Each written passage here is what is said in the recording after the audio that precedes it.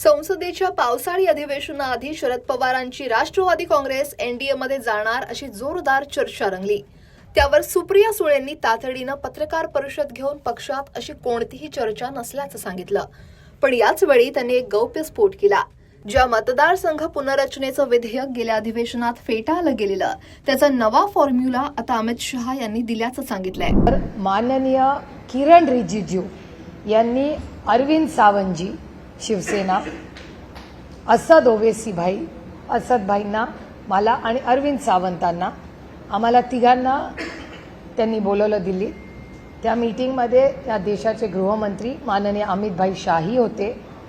त्यांनी आम्हाला सगळ्यांना असं ब्रीफिंग किरण रिजिजूंनी केलं दिल्लीमध्ये की आमचं सपाशी, काँग्रेसशी, DMKशी सगळ्यांचं वेगळं वेगळं बोलणं झालंय। आम्ही तुम्हाला तिघांना एकत्र बोलवलेलं आहे आणि आमची भावना आणि भूमिका अशी आहे की एक प्रस्ताव आमच्या मनात आहे की अनेक डिलिमिटेशनबद्दल वेगळी वेगळी मतं आहेत आणि साऊथच्या दक्षिणेतल्या राज्यांना असं वाटतंय की जर पॉप्युलेशन लोकसंख्येच्या वर जर आधारित डिलिमिटेशन झालं तर साऊथवर म्हणजे दक्षिण राज्यांवर अन्याय होईल।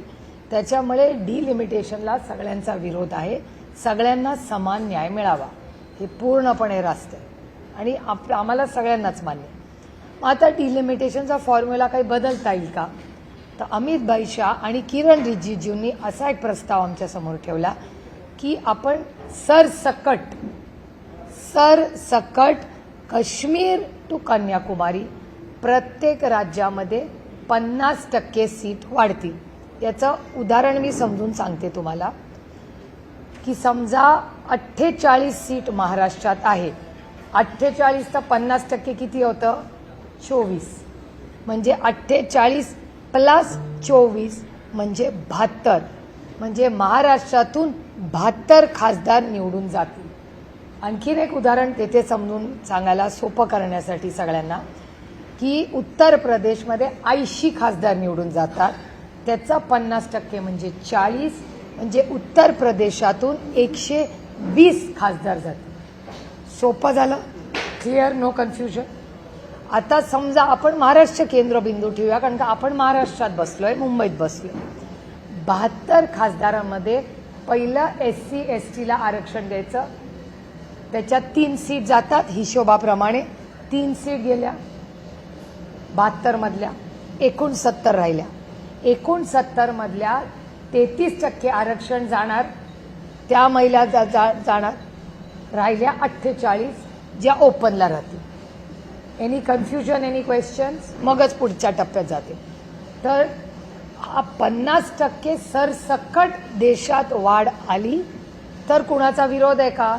तेव्हा मी स्वतः, शिवसेना स्वतः, असद ओवेसी, आम्ही सगळ्यांनी सांगितलं हा लोकसंख्येपेक्षा हा जास्त योग्य आम्हाला वाटतं।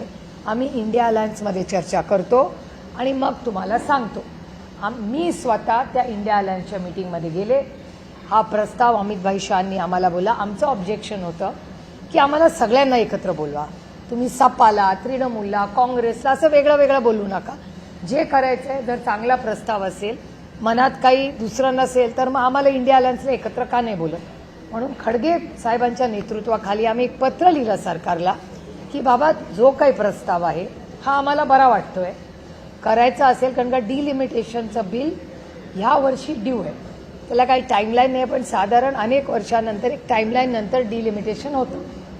तर ते 2026 मध्ये करायचं असेल तर एक चर्चेनी गुणागोविंदाने ते व्हावं, कुठल्याही राज्यावर अन्याय होऊ नये म्हणून हा प्रस्ताव आला। माझं स्वतःचं DMK, तृणमूल, सपा सगळ्यांशी बोलणं झालं, काँग्रेसशी बोलणं झालं आणि मोठी हा प्रस्ताव जेव्हा आला तेव्हा आम्ही सगळे म्हणलो की इंडिया अलायन्सच्या माध्यमातून आपण या सगळ्याचा विचार करायला हरकत नाही कारण का कुठल्याच राज्यावर ह्याच्यात काही अन्याय होत नाही असं दिसतंय। पण हे करत असताना डिलिमिटेशनचा प्रोसेस काय असेल, म्हणजे मतदारसंघ जर बदलायचे झाले तर तुम्ही कसे बदलणार, त्याचा फॉर्म्युला काय, तर याचं उत्तर सरकारकडे नव्हतं। मतदारसंघ पुनर्रचनेसाठी घटना दुरुस्त करावी लागणार आहे आणि त्यासाठीच 2/3 बहुमत सरकारला जमवायचंय। आता विधेयकात 50% जागा वाढवण्याच्या मुद्द्यावर शरद पवारांची राष्ट्रवादी, ठाकरेंची शिवसेना सकारात्मक असल्याचं सुप्रिया सुळेंचं म्हणणं आहे. पण यावर काँग्रेसची भूमिका काय आणि इंडिया आघाडीचा एकत्रित निर्णय काय असेल यावर अजून तरी कोणी काही बोललेलं नाही. त्यामुळे संसदेच्या पावसाळी अधिवेशनात कोणते पक्ष एनडीए सोबत या मुद्द्यावर जातात आणि कोणते पक्ष जाणार नाहीत त्यावर इंडिया आघाडीचं भवितव्य अवलंबून असेल एवढं मात्र निश्चित. Bureau report, लोकमत.com.